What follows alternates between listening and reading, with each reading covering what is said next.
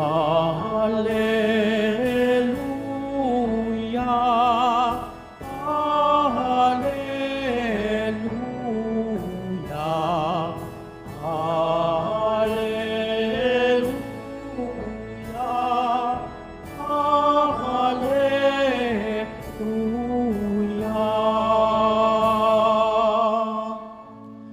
Ang Panginooy purihin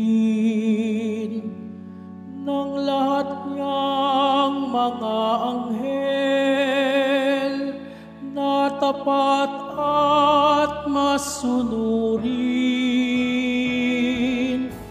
Hallelujah,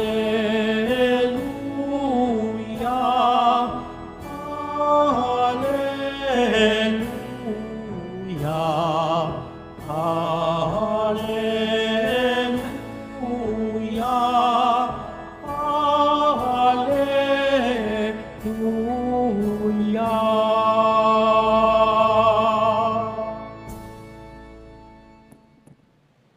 Sumainyo ang Panginoon. At sumaiyo rin. Ang mabuting balita ng Panginoon ayon kay San Juan. Papuri sa iyo, Panginoon.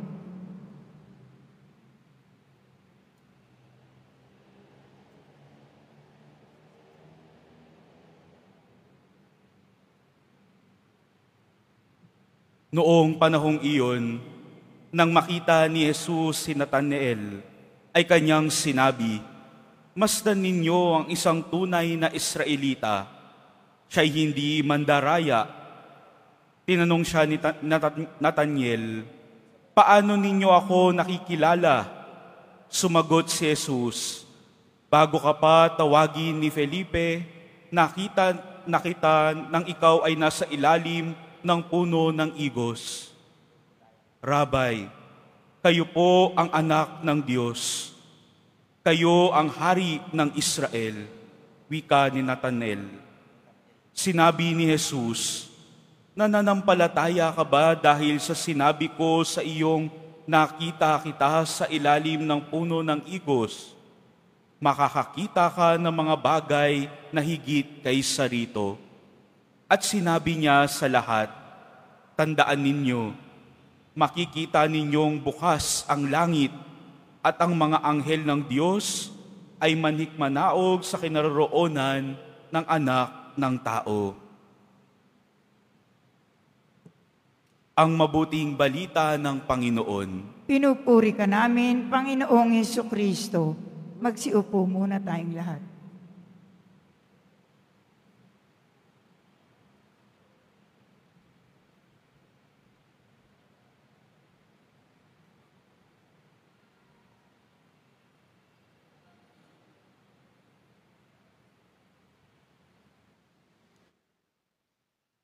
Magandang umaga po sa inyong lahat. Sa ating mga kadeboto, kaparokya, dito sa shrine, sa ating mga kaparian na narito po, sa ating altar, sa ating mga kaibigan, volunteers, kawani, mga kaibigan po.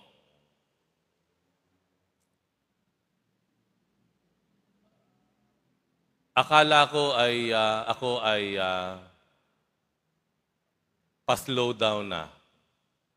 Kahapon po o kagabi, kasama ko po ay 2 tao, no?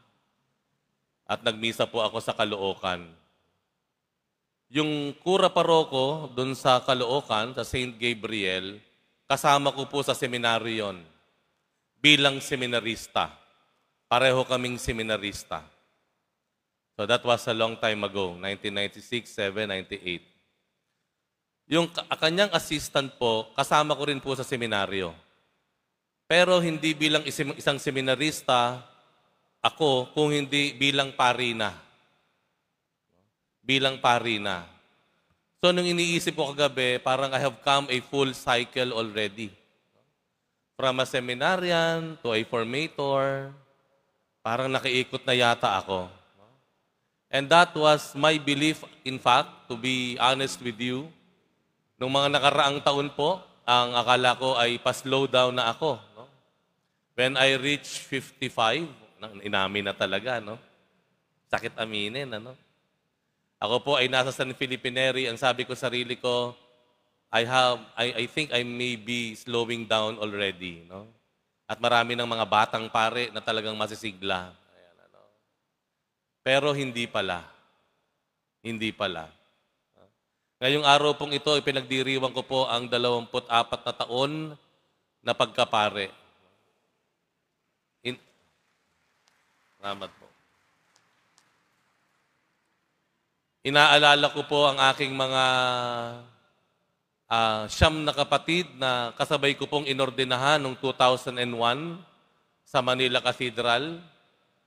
Kami po ang unang inordinahan ni Archbishop Soc Villegas at isa sa mga huling batches na nasaksihan ni Cardinal Sin. Ano po? Inaalala ko siyempre po yung sa amin pong 10 magkakasama sa ordinasyon, isa po yung pumanaw na, no? Si Father Pong. Siya po nagdisenyo ng aming ordination chasuble, no?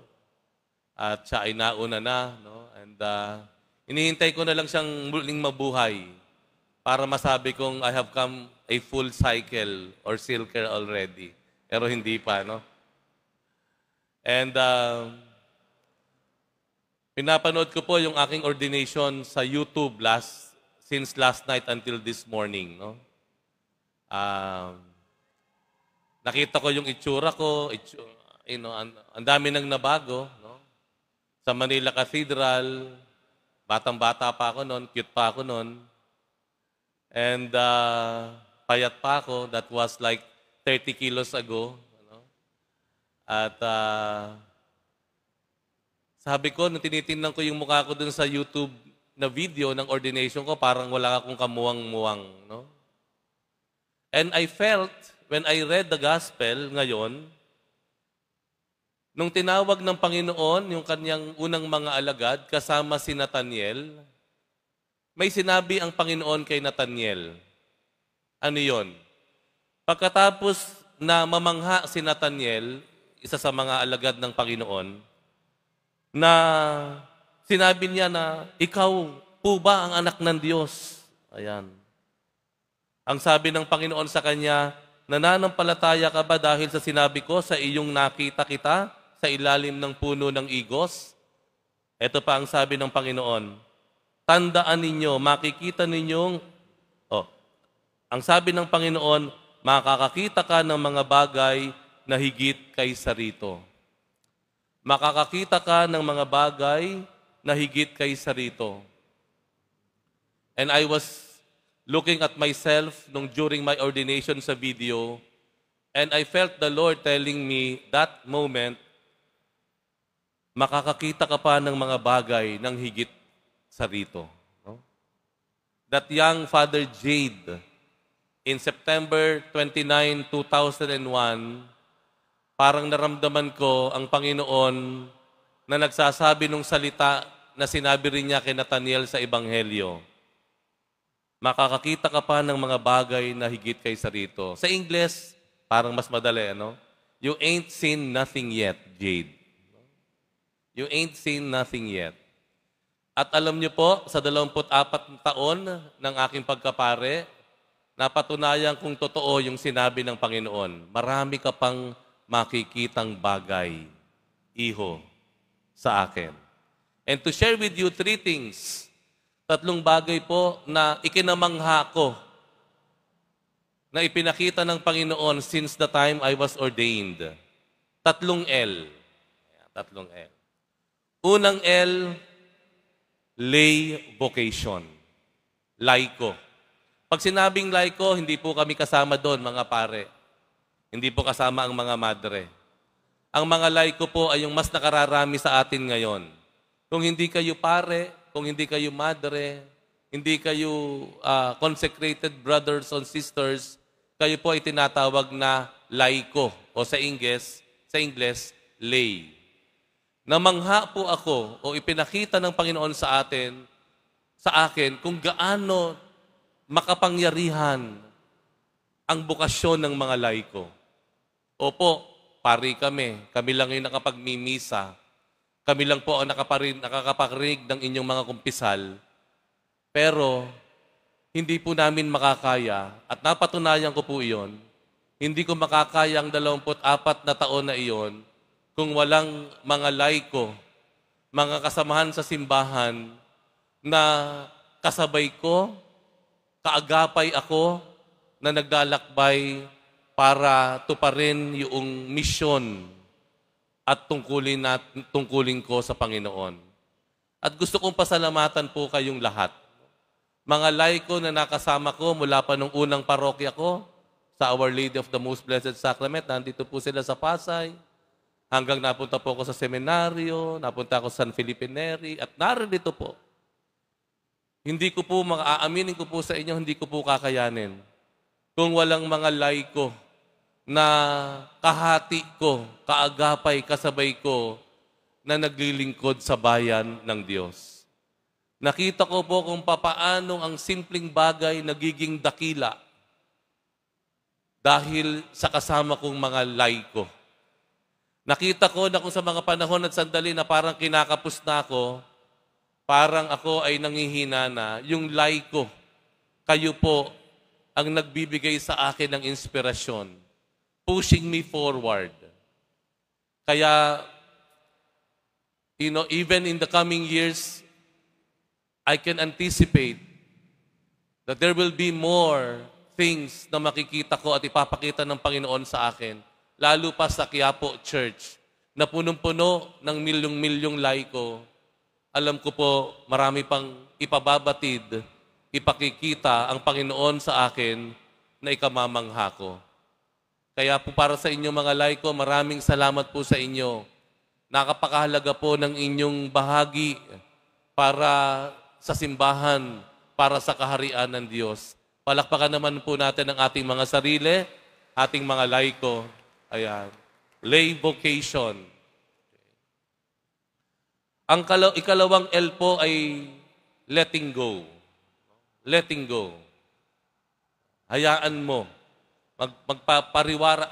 Magparaya ka. Letting go. I realize sa pagkapare, the success of my priesthood is not about being in control. It is about the power of letting go. Naalala ko nung batang-bata pa ako, nung tinuruan akong magpalipad ng kite. Saranggola. Ayan, no? Tinuruan po ako ng aking mga kapatid. So, ako naman, nung bata ako, hila ko ng hila. Kada hila ko bumabaksak. At one point, sinabi sa akin nung nagtuturo sa akin, Jade, pag mataas na, hayaan mo na, bitawan mo na yung tali.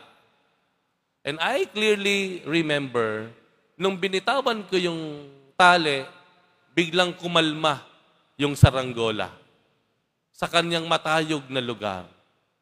At mula noon, natuto na akong magsaranggola nang nakatali lang sa puno o sa upuan at ako ay nagpapahinga. At ang saranggola, patuloy na nasa taas, hindi bumabaksak. But that only happened when I learned to let go of the string. Palagay ko po, yung po ang isa sa mga sikreto na binigay o ikinamangha ko na ipinakita sa akin ng Panginoon. It's about letting go. Letting go. Hayaan mo, magpatawad ka. Letting go, pagbigyan mo. Letting go, ikaw naman ang makinig. Letting go, hayaan mo silang umakyat sa entablado. Letting go, hayaan mo silang humawak ng mikropono. Letting go, hayaan mo silang magsalita ang magmungkahi. Priesthood is not about having a success of being in control of everything. But like Jesus, kagaya ng Panginoon, maraming bahagi sa kanyang buhay, hinayaan niya ang mga tao na gawin sa kanya kung ano ang nais nilang gawin sa kanya. It's about letting go. It's actually true in our life. May mga bagay tayo na bigat tayo, na dalhin, pasanin. May mga bagay tayong ikinalulungkot at ikinasisikip ng dibdib natin simply because we keep on holding on to whatever is enslaving us. Just let go. Sabi nga, let go let God. Allow God, give God the space to do His miracle. We don't have to be certain and assured of every corner, of every inch of our lives. We have to give space to God. We have to give room for Him to do miracles. Letting go.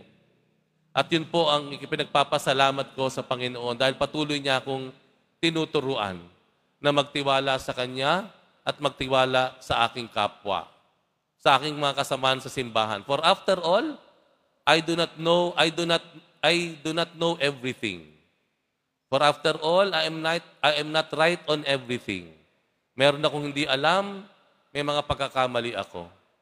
But just the same, if I allow the Lord and to let go of things, things will be well and all right. Amen? Ano yung una? Lay vocation. Pangalawa, letting go. Ano po yung ikatlo? Likwanan. Apelido ko po. It's about family. Pamilya. Totoo po, malaki pong bagay ang naiambag sa akin ng pamilya ko. Hindi man po kami po ay simpleng pamilya lang po na taga-Pasig. Ako po ay may simpleng tahanan sa Valle Verde. After phase 6, phase out. Villagers lang po kami ng Valle Verde. No? Pero I owe a lot to my family. Lalo na sa bokasyon ng pagpapare. Ano ibig kong sabihin? Ang nanay ko po ay guro. Para po sa mga may kilalang guro, alam niyo po, ang guro, obviously, it is not really entirely about profession. Ang pagtuturo ay isang bokasyon. At natutunan ko habang lumalaki ako kung papaano maging dedicated. Dahil nakikita ang nanay ko, pinapakita niya sa akin kung paano siya dedicated sa kanyang pagtuturo, sa kanyang mga pupils, sa kanyang mga estudyante. My father as well, a great provider. He may not be everything huge, pero si tatay, talagang nakita ko ang halimbawa niya kung paano maglingkod sa pamilya. I saw how it was to be a servant dahil sa tatay ko. And to add to that, sabi ko nga minsan, ang tatay ko ay minsang naging opisyales sa barangay. At nakita ko kung paano niya kami iiwan muna sa tahanan para pumunta doon sa mga tahanan na nababaha, nalulubog, na tubig at tinutulungan niya na makaahon o makapag-transfer. And that I saw from my father. But now, likwanan or family is not about my blood relatives. I realize ang pagiging pamilya o ang aking sense of family ay hindi dapat nakukulong doon sa kadugo ko, kaapelido ko, kaanak ko. Ang pagpapare, tinuruan ako, ang pamilya ay ang pakikisama sa iba. Treating others as your family. And I'm so blessed. Wala man po akong asawa, wala man po akong anak, hindi ko nagawa yung nagawa ng 5 kong magkakapatid na nauna sa akin na may kanya-kanyang pamilya. Pero hindi ko po naramdaman na ako ay walang pamilya because sa bawat parish assignment na naroroon ako, I'm always treated as a family. Yan po ang yaman ko. No? Namulat-mula pa dun sa una kong parokya, hanggang ngayon, nandyan pa rin sila. 24 years after, nandyan pa rin sila. Hanggang dun sa huli, nandyan pa rin po sila. I realized, ang panawagan ng Diyos sa atin in general is to be inclusive sa pamilya natin. Binigay ng Panginoon ng pamilya hindi para paghati-hatiin tayo. Kung hindi matutunan nating magmahal at maglingkod, at nang sa ganon, magawa nating isama ang iba bilang ating pamilya na ating mamahalin at paglilingkuran. Yan ang aking yaman. I may not have the wealth or money in the bank, pero ang aking yaman po ay kayo. mga kasama ko sa simbahan over the years.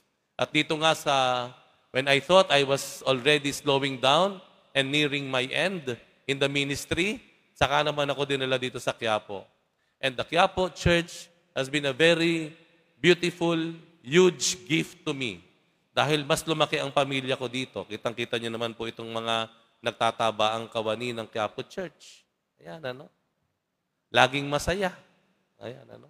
Napakalaking pamilya. 80 plus na employees. Marami pang volunteers. Talaga na pong napakalaki pong pamilya. And I think, yun po yung susi ng lahat. Of course, maliban sa mga pare, no? Nakasakasama ko all this time, that I have always treated as a family since the time of ordination. Pero yun yung panawagan natin in general, as a whole, as a Filipino. Dapat po, matuto tayong ituring ang ating kababayan bilang bahagi ng ating pamilya. I've always advocate for that. Ang sasagot sa problema natin sa Pilipinas ay ang matuto tayong itrato ang ating kababayan, ang ating kapwa, na ating kapatid o bahagi ng ating pamilya. Bakit? Kasi tested na tayong mga Pilipino. Maalaga tayo sa pamilya. Napakalalim ng malasakit natin sa pamilya. Kaya nating magsakripisyo para sa pamilya. Kaya, kung matututunan po natin na ituring ng ating kapwa, yung ating kababayan, bilang bahagi ng ating pamilya, bilang ating kapatid, then and only then, matututo tayong magmahal, magmalasakit, magsakripisyo para sa ating kababayan, para sa iba. And when that happens, that will solve the problem of greed. Matatapos na yung ganid. Because you know, ang bibigyan mo naman kapatid mo. Mawawala na yung pandaraya at pagnanakaw. Dahil kung mahal mo ang pamilya mo, hindi mo dadayain, hindi mo nanakawan. Yun ang susi para po sa akin sa ngayon.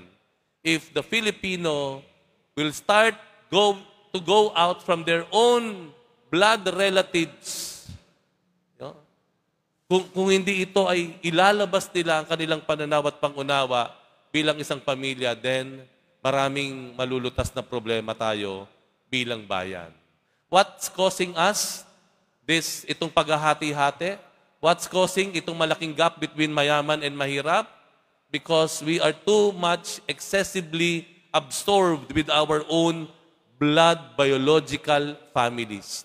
And we failed to heed Jesus' call to treat others as our own brothers and sisters.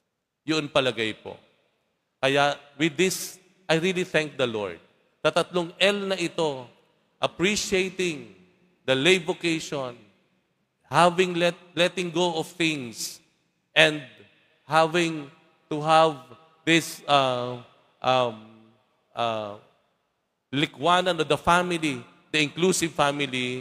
Ito yung sinasabi ng Panginoon sa akin 24 years ago, you ain't seen nothing yet. Marami ka pang makikita. And I know and I'm confident na from this year on, sa mga natitira pang taon sa aking pagkabuhay o pagkapare, I'm sure hindi pa tapos ang Panginoon. He will still surprise me. His mercy will continue to surprise me. Because I know and I firmly believe, I ain't seen nothing yet. Marami pang ipapakita ang Panginoon sa akin. And with this, nagpapasalamat na ako sa kanyang kagandahang loob. Amen.